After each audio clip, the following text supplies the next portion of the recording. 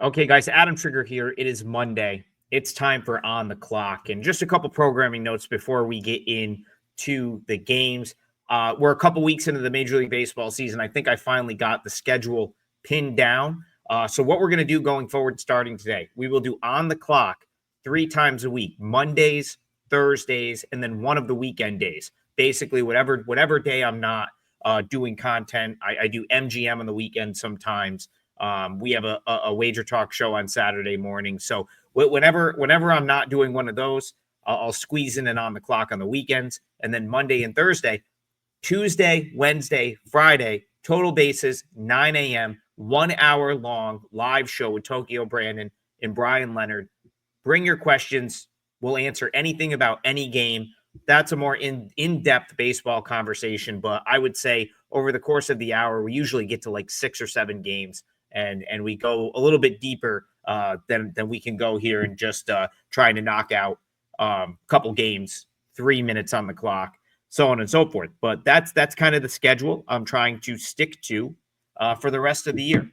And that includes when football starts. We're not just going to bail on you like a lot of other handicappers do, because I'm focusing far more on baseball. I'm not even sure if I'm going to do football this year, to be honest. I think I'm better served handicapping baseball, doing baseball, and there's a ton of value in baseball all year, but really like when you get to August and September and the books have other stuff to focus on. So gonna put 3 minutes on the clock. We're gonna talk 3 games, and just because I don't want to replicate the same thing. So I did do a WagerTalk first pitch double game breakdown today.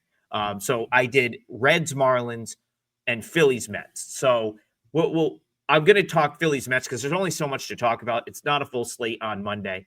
But I'm going to do Phillies Mets here, but I'm going to do it more of like a National League power rating type conversation. And I will give a pick for that game. First of all, look at the hoodie for a second. This is a Syracuse Mets hoodie. This was a gift a couple years ago. I've never worn it. It kind of got buried in my closet, but check this thing out. Look at those patches on the arm. Syracuse Mets, 1961. Very cool. I had to throw that on to just stay on brand when I was breaking down Mets Phillies earlier on the Wager Talk show. Also, before I get into it, 5% MLB best bet for me tonight. MLB max bet for me tonight. This is my favorite MLB bet of the season to date. We max out our plays at 5%. That's the max rating Wager Talk will allow us to have. I got to be honest, if they would let me go bigger, I would go bigger on this one. I would say probably 10 times a season. I like a side as much as I like the side that I'm on tonight. And so it's a spot I've had circled for a while. Absolutely love it. 5% play. Only my second one of the season. And it is up tonight at Wager Talk. So I'm going to talk about the rest of the stuff. Like I said, Reds Marlins did a full breakdown on the Wager Talk YouTube channel. Phillies Mets, I did a full breakdown on the YouTube channel. But I do want to talk about that briefly here because, of course, I'm wearing the Mets hoodie. And I'll talk more in the context of the National League. I don't know that I've ever been more confident about having the playoff picture in the NL figured out in mid-April than I am this year. I truly believe that your National League playoffs are going to be the Mets, the Cubs, and then potentially 4 teams from the NL West. I know that sounds crazy to say, but they shifted the scheduling from a couple of years ago. The teams don't play as many divisional games anymore. I think there's a real possibility you get a division winner and then 3 wild card teams from the NL. And the only way that's not going to happen is if those teams beat up on each other to an extent that it allows, like, let's say that maybe the Phillies to creep in. But that's kind of the point I want to make. I think the Phillies are the odd team out this year when it comes to the NL playoffs and being like a legitimate contender, yet they're going to be priced as one all year. And I think that's the point I want to make going into this series, Mets Phillies, and going into this matchup. I don't think these teams are close as the books are pricing them. And, you're talking about getting Mets like minus 118, minus 120 at home. Just to a couple things I pointed out in my breakdown of this game. The Mets have not played their best ball yet. They're still 15 and 7. And that's with Soto's going to hit. Lindor are both going to probably hit and produce more than they've produced to this point. and yet this team is still 15-7. Elite bullpen. Everything about them scream like I really think the Mets are a World Series contender in the National League. I really think they run away with this division. The Braves certainly are going to probably get themselves back in the mix, but I don't think any of this is going to be at the Mets' expense. I think this is the best team in the NL East this year, and I think they're going to potentially run away with this division. And you're going to look back and say, man, I could have had Mets at home against NOLA minus 120. I should have taken that, right? Because Aaron Nola, for as good as he is, still has some stuff to work out. His fastball is lost in velo, and it's getting crushed. So I do like the Mets tonight. It's the way I lean in this game. But more importantly, if you want that breakdown, that's on the WagerTalk YouTube channel. I just don't think people understand how good this Mets team is because they're 15-7 with a plus 30 run differential. And I don't think they've played their best ball even close to this point. So the Mets are the real deal. And I think the one team I would have as the odd team out in the National League right now, because you're going to get you have the Mets. I think the Cubs win that NL Central. And then when you look at the rest of the teams that'll likely contend for a playoff spot, those, three of the teams that don't win the NL West out of that group, Dodgers, Padres, Diamondbacks, Giants, Phillies. I don't like the Phillies as much as I like those four teams in the National League West as the buzzer's going nuts here. So I lean Mets tonight, but more importantly, I'm much higher on the Mets in relation to the Phillies than the books are. And I think that's something that you could kind of take as you look at this series. So one of those teams out West that I'm very, very high on, that's off to a tremendous start, and it really isn't surprising, is the San Francisco Giants. And let's talk Brewers Giants. 3 minutes back on the clock. So shocking collapse yesterday by the Giants. They choked one away, 4-1 lead going into the ninth inning. They lost to the Angels. But listen, this is going to happen with good teams. It's kind of what I was talking about over the weekend when I played against the Yankees. Good teams that play and win a lot of close games. Every once in a while, they're going to choke away a big lead late. Lead late. It's just going to happen. That comes from getting a lot of leads. You have more chances to choke them away late. That's what, if you're a good team and you're putting yourself in constant position to win games, save opportunities, you're going to choke more of them away. It's just how it goes. And so that's going to happen occasionally. Ryan Walker, still an absolute stud. He had to pitch back-to-back days, got the save on Saturday, went out there, just didn't have it yesterday. But he's been awesome all season. Those types of things are going to happen, and the Giants sort of fell into that trap yesterday and blew one that they should have won. They're still 14-8. They're still a very, very good baseball team, and I will not be at all surprised if they bounce back here. Now, Quinn Priester is interesting because I did not expect him to come over to the Brewers, get thrown into the big league squad, and have success. I actually played against him in his first start. I think I got the win there with the Rockies, but Priester still pitched pretty good in that game. That was his first start, and then he was pretty good last week against the Tigers. But I just don't know that his stuff is going to play long term in the majors. It's certainly not going to play to a 0.90 ERA, which is what he comes into today. Now, the reason I'm not playing this as a client play, the reason this is more of a lean, I think the price is right, but I also do like what the Brewers are doing. Finally called up Caleb Durbin. That was the right move. Logan Henderson pitched great yesterday. It was the correct move to get him up. And the Brewers are good with pitching. So maybe they're the team that finally unlocks Priester. The Pirates kind of ruined him a little bit. Worcester and the Red Sox organization always kind of treated him like an afterthought. I don't think that was a great situation for him. So maybe this is the stop where they sort of figure out Priester, because he was a guy that I did like coming up through the Pirates organization. He's just never really put it together at the big league level. Robbie Ray, on the other hand, I still think there's upside there. Last two starts haven't been great. Only has lasted 4 innings. The walks have always been an issue with him, but 15 strikeouts in those 8 innings.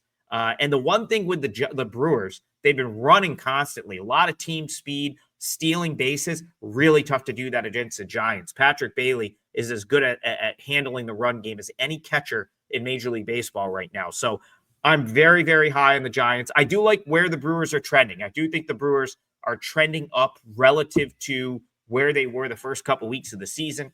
So a tough team to bet against right now. But if you pinned me down in this matchup, Brewers Giants, I'd have to roll with the Giants and lay the minus 135 with Robbie Ray, even though I do think that price is right.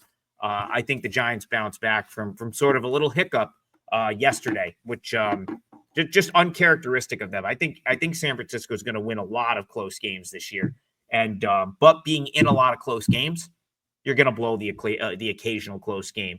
I like the Giants to bounce back tonight. Let's go to another Giants, the Lotte Giants. We're heading to KBO, and I'll give you a client play here. Unfortunately, I don't think this game is going to go off. So this is a 4% play. I've punched it in, and I've locked this in as a 4% play. But I would be shocked if this game actually gets played. There is a lot of rain in the forecast in Korea tomorrow, and so there's a good chance that this game doesn't end up getting played. Now, with that being said, it may be the same matchup on Wednesday. The problem is sometimes the books come in and they will wait and let people bet these rainouts, and then they see where the action goes. They see if sharp money push something one way or the other, and then they'll open up the line at like a worse number the next day. So that, unfortunately, I could see happening here. But from like a matchup standpoint, I absolutely love Lotte in this spot. And I will like it equally. If this game gets rained out and reopens minus 130 on Wednesday, I'll still probably be on it as long as it's because I don't think they're going to change the starting pitching. And it's not like bullpen arms I'm really worried about here. It's just a straight up matchup. So this is one that I think I would bet Wednesday at the same price if it does get rained out. So keep that in mind. Reason I like Lotte here. So Hanwha has won 7 straight games, which is not surprising to me. I did a Spaces with Freddie Mills, who's as good of a KBO handicapper as you're going to find on planet Earth. And we kind of talked about Hanwha being a team that probably gets going at some point. So I'm not surprised that they're on a little bit of a run. But you have to acknowledge how last week was just set up on a platter for them. They played SSG and NC, 2 teams that are just in sort of disaster mode right now with injuries. And they had Cody Ponce twice. So Cody Ponce is as good of a pitcher as you're going to find in this league right now. He really looks like the strongest import foreign starter to this point in the season. Last 2 starts, 7 innings pitched, 1 hit, 13 strikeouts, 7 innings pitched, 1 hit, 12 strikeouts. So Hanwha just kind of had everything fall into place last week. They got 2, Ponce started the Tuesday game and the Sunday game, so he pitched twice. And they got NC, who is a complete mess without an import bat. SSG, complete mess. Guillermo Heredia, their import bat, is hurt. So it was just a very favorable setup for Hanwha last week, and they took advantage. They won 6 straight games. They had a win from Sunday the week before, so 7 straight wins going into the new week. And I just think that has them a tad bit overvalued because I don't know that there's any way that Hanwha runs the table against a full-strength SSG or a full-strength NC team. So now they come in a little bit overvalued. On the Lotte side, you get Charlie Barnes, who is off to a slow start, but he's as consistent of a pitcher as you're going to find in this league. He's been in the KBO since 2022. 3.53 ERA, 1.26 whip for his career. And he basically has hit those numbers every single year. So every single year since he's been in KBO, since 2022, ERA is in the mid-3s. The whip is like 1.2. So you look at his numbers to start this year, 5.40 ERA, 1.45 whip. I would pretty much put the house on those numbers improving. Like, unless he's hurt or something, which I really don't believe to be the case, there's almost no way that those numbers don't improve over the course of the season. If you're looking for a buy sign, it would be last week against a Kiwoom lineup that does well against left-handed pitching. You know, that's a Kiwoom lineup with Ruben Cardenas and with Yasiel Puig that hits left-handed pitching. What did Barnes do against them? 7 innings pitched, 2 runs, 11 strikeouts. So he really looked kind of like Charlie Barnes-esque for the first time all year. Hanwha historically has not done well against like the softer throwing crafty lefty. They tend to be a better fastball hitting team. And I'm going to finish this one up because we'll be under 15 minutes here. I guess the last thing I'll say about this is they're a better fastball hitting team, and their import hitter, which is new to the team this year, Esteban Florial, is a left-handed hitter. So I don't think they're going to improve in that regard either. So Lotte Giants minus 130. Absolutely love it. Don't think it's going to be played with the amount of rain in the forecast, but I have to bet it just in case the weather holds off and gives us this matchup on Tuesday morning, I want to make sure I've got something on it. Lotte minus 130, and I will more than likely be back on that on Wednesday if it gets rained out, as long as we're still getting Ryan Weiss, who's the Hanwha pitcher. I've talked about him on this show as a guy I'm willing to play against as far as the import pitchers go. Charlie Barnes for Lotte. As long as everything's the same and we're still minus 130 or better, I'll definitely be on that on Wednesday if it gets rained out on Thursday. So there's a client KBO play, a couple of MLB thoughts. 5% MLB max bet is my favorite bet of the season so far. That's up at WagerTalk right now. Go grab that. Let's have a great Monday. And we'll see you guys 9 a.m. Eastern with Tokyo Brandon and Brian Leonard to talk some Major League Baseball in the morning. Have a great day and talk to you guys in the morning.